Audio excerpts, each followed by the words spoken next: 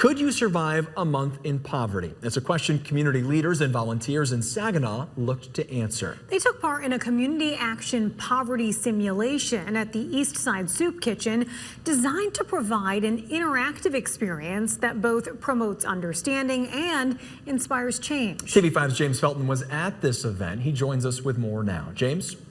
Organizers of the event tell me unless you've dealt with the day-to-day stresses of poverty, it's difficult to understand. Having lived on the east side of Saginaw and having a lot of friends that were living in poverty, and I was middle class, but I knew that I needed to make people more aware of the struggles. Rose Lang, a professor of nursing at Saginaw Valley State University, is the coordinator of this community action poverty simulation. Participants play the roles of family members struggling to meet their basic needs with limited financial resources. The simulation is based on the real-life stories of people living near the poverty line in Missouri. When you go through the simulation, you realize that one thing happens and then another thing happens and another thing happens, and you're trying to make ends meet, but it's very difficult. So people get into a cycle of poverty, and it's just hard for them to get out. The event took place at the East Side Soup Kitchen. Diane Keenan is the executive director. Today we served 956 meals.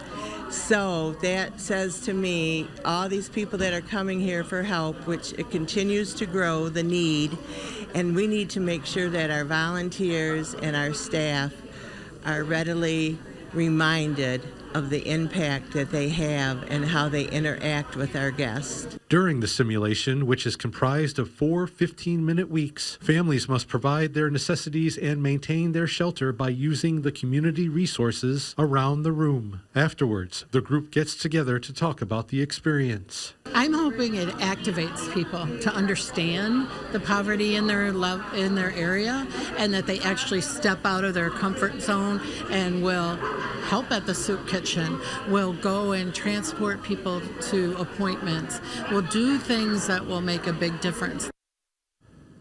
Lang has been putting on these simulations since 2012. She tells me the biggest misconception about people in poverty is that most of them are lazy, don't want to try, and don't want to work.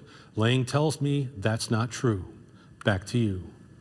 Thank you, James. And according to the Federal Reserve Bank of St. Louis, 18%, or around 33,000 people in Saginaw County, live below the poverty line.